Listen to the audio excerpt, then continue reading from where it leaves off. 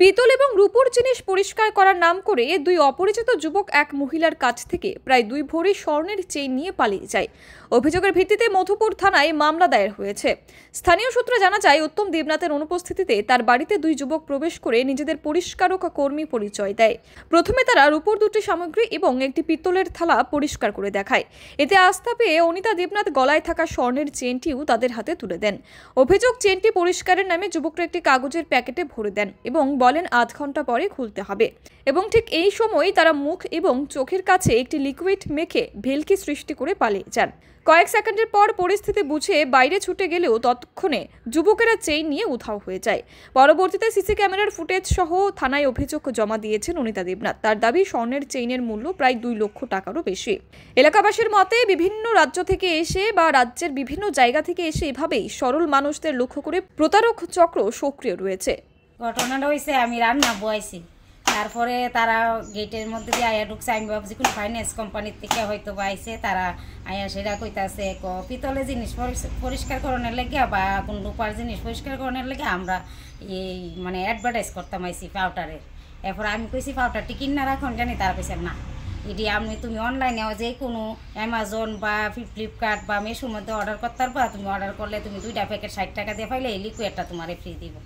এরপর আমি কইছি আচ্ছা ঠিক আছে। এরপর আমার একটা পিতলের বাসন তো, তাই আমি ঠাকুর কর্তৃক একটা আমার বাচ্চারা একটা প্লেট আইনা দিছে, এটা পরিষ্কার করে দেওয়া হয়েছে। এরপরে কয়েকটা রূপার জিনিস দিতাম, তারপরে একটা ছোট্ট নুপুর আইনা দিছি, নুপুরটা পরিষ্কার করে দেখাইছে পরে।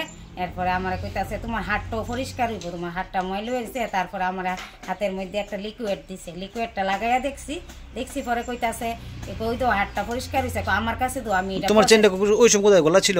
হ্যাঁ গলা ছিল, গলার থেকে খুললা তারপর আমি হাতে লিয়া লাগাইয়া দেখছি, আমি কই না ঠিক ওই পরিষ্কার হয়েছে। তারপরে দিয়ে আমি আমার এইভাবে হইতো না, এটার প্রসেসিংটা আমি তোমার দেখাই দিতেছি। এরপরে হ্যাঁ হাত লইয়া ডইলা দেখছি পরিষ্কার হয়েছে, লাগাইছে। আমার সামনেই একটা প্যাকেটও ঢুকাইয়া পাউডার মানে পাউডার দিয়া সেটা প্যাকেটটা ভর্তি করে হাতটা ঢুকাইছে পরে। তারপরে কইতাছে এটা আধা ঘন্টা পরে খুললো। এরপরে আমি হাত লইয়া লেছি প্যাকেটটা, না আমি এটা ছিঁড়া গেছে প্যাকেটটা, আমি পাল্টাইয়া দিতেছি। এরপরে কইছে পাল্টাইয়া আমার সামনে ঢুকাইয়া আমার কইতাছে খাতার মধ্যে তুমি যে করছো খাতার মধ্যে সাইন করে দাও, আমরা কোম্পানিতে নিয়ে দেখাবো। এরপরে দিয়ে সাইন করতে সময় মনে তারা প্যাকেটটা পাল্টাই লইছে।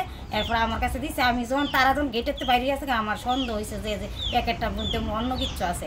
আমি তাড়াতাড়ি প্যাকেটটাকে একটা ডাইলা দিই, 2টা পাথরের টুকরা চেইন নাই। তারপরে আমি দৌড়াইয়া গেটের বাইরে গিয়া সেটা আমার মা ছিল, মাও তারা পেছনে বাইরিয়া মারে কইছি মা গিয়া আমার চেইনটা নিছে গা। এরপরে তারা বাইরিয়া স্পিডে একদম সুমনি পার হইয়া গেছে গা। কত ওজন ছিল চেনটা? চেইনটা 1 ভরি 6 আনার মতো। এখন তোমার দাবি কি? এখন আমার দাবি তারারে ধইরা শাস্তি, মানে খুব শাস্তি হোক, তারা যাতে আর কোনোদিন এমন কাজ না করে, কারুর যাতে কোনো গরিব মানুষের যাতে না নষ্ট বা কোনো এমন স্বর্ণের জিনিস যাতে কারুর হাত থেকে না নিতে পারে। থানা জানাইছি ব্যাপারটা? হ্যাঁ থানার মধ্যে জানাইছো? জানাইছি বলতে নিজে গেছি না, ওই মৃদুলদারে দিয়া করাইছিলাম কি জিটিএনটি করাইছিলাম। কোন জায়গা ঘটনা? বাড়ি কোন জায়গা? আমার বাড়ি মধুপুর, জামসমণি। তোমার নাম? আমার নাম অনিতা দেবনাথ। হাজবেন্ডের নাম? উত্তম দেবনাথ। ওই সময় কি হাজবেন্ড বাড়ি ছিল? না ছিল না, ছিল তো আর এই ঘটনা হইল নইলে। এমনি কি মনে হয় তোমার কিছু বিষাক্ত কিছু শোনাইছে? এবং আমার মনে হয় এমনই হয়েছে, যেহেতু আমার মায়ের একটা নুপুর পরিষ্কার করার পর আরেকটা চাইছে, আমি কিন্তু দিছিলাম না। তারপরে আমার হাতে এই লিকুইডটা দিয়ে যখন হাতটা লাগাইয়া দিচ্ছি, তারপরে মনে আমার কোনো কিছু মানে এমন কোনো একটা জিনিস দিছে যেটার থেকে আমি রাজি আছি চেইনটা দিয়ে লাইতাম। কতটা মূল্য হতে পারে চেইনটা? প্রায় 2 lakh. Bureau report, PV north east.